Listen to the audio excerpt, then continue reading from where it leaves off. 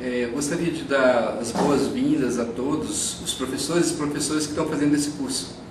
Gostaria de dizer que, para mim, falar do Estatuto da Criança e do Adolescente é parte da minha própria trajetória. Não é? Eu tenho uma vinculação com o movimento de defesa dos direitos da criança e do adolescente no Brasil, uma vinculação que eu diria uma vinculação epidérmica. E por isso mesmo eu sou muito apaixonado pela o que nós estamos construindo aqui neste país.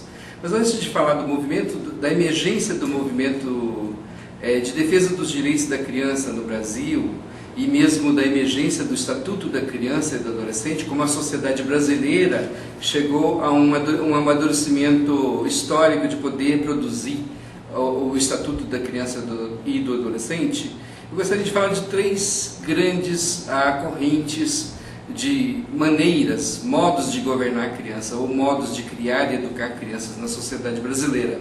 E exatamente para dar sentido à emergência do Estatuto da Criança e do Adolescente. Segundo as legislações, as leis, as políticas traçadas no país, entre 1500 a 1850, predominou o modo de governar que nós denominamos de soberania paterna. Os pais eram absolutos senhores da criança e do adolescente. A criança não tinha praticamente, a opinião da criança e do adolescente não era levada em conta. Os pais podiam, nesse período, pôr e dispor das crianças e adolescentes. Podiam vendê-las, colocar no trabalho, arranjar casamentos, em uma série de atos em que a criança era vista como um objeto, não é? E como um objeto e como uma propriedade da família. A partir de 1850, vai se constituindo neste país um outro modo de governar a criança, denominado bem-estar da criança. O Estado brasileiro, o Estado moderno, dando sinais de que a criança era importante como cidadão, e o Estado querendo também partilhar com a família a tarefa de educar as crianças para essa cidadania, para essa perspectiva do Estado-nação, o Estado se preocupa com o bem-estar da criança e estabelece um conjunto de medidas para proteger a criança do ambiente, vamos dizer assim, colocá-la salvo de riscos que a sociedade moderna estava oferecendo. Mas nessa fase de bem-estar da criança, o que ainda determinava o que deveria ser o bem-estar da criança e o que é esse bem-estar, são os próprios adultos que determinam. Não é? Ainda, neste momento, pouco da voz da criança era ouvida, ou pouco da opinião dela era considerada.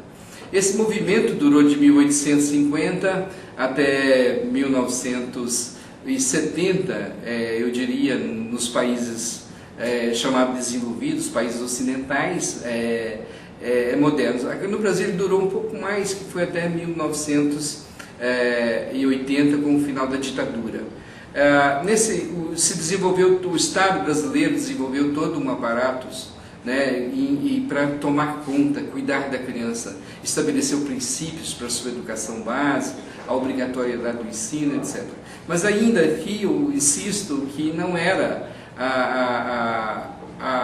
o ponto de vista da criança que estava sendo considerado, mas o ponto de vista da sociedade. A partir de 1970, com os movimentos de emancipação da mulher, com os movimentos de igualdade entre homens e mulheres, entre adultos e crianças, das liberdades civis, por exemplo, nos Estados Unidos, na Europa, emergiu um movimento em favor dos direitos da criança e do adolescente. Nós tivemos momentos interessantes da construção da história do movimento de defesa da criança no mundo, em que, por exemplo, nós tivemos o movimento mais libertário americano, que dizia que toda liberdade para a criança, e que o fato de você criar a criança confinada na infância, era um prejuízo para ela própria, ela perdia, em vez de ganhar com isso tudo. Mas daí, gradativamente, um movimento que havia sido iniciado no começo do século XX vai tomando corpo internacional com declarações em favor dos direitos da criança e do adolescente. A primeira declaração universal dos direitos da criança foi estabelecida logo durante a Primeira Guerra Mundial e ao final dela, que era a Declaração de 1924, que protegia, que dizia que a criança devia ser prioridade em momentos de guerra e que devia ser colocada a salvo das condições adversas que o mundo, que a guerra provocava. De 1924 para cá, nós tivemos outros marcos históricos com a Declaração Universal dos Direitos da Criança em 1959, com a Convenção Internacional dos Direitos da Criança em 1989, em que se foi constituindo uma ideia de que criança tem direito de ter direitos. Essa possibilidade, na verdade, ela foi só dada agora, nas últimas décadas do século XX, né? Nós passamos a vida inteira, na verdade, toda a história da civilização é a história de que a criança ela não tem querer, que ela não tem vontade própria e que ela não tem direitos, não é? Que ela só tem deveres. Então, quando muitos professores chegam para a gente que a gente deve falar de direitos conjugados com deveres, eu gostaria de aproveitar essa minha fala agora para dizer para os professores o seguinte: as crianças só tiveram, até bem recentemente, deveres.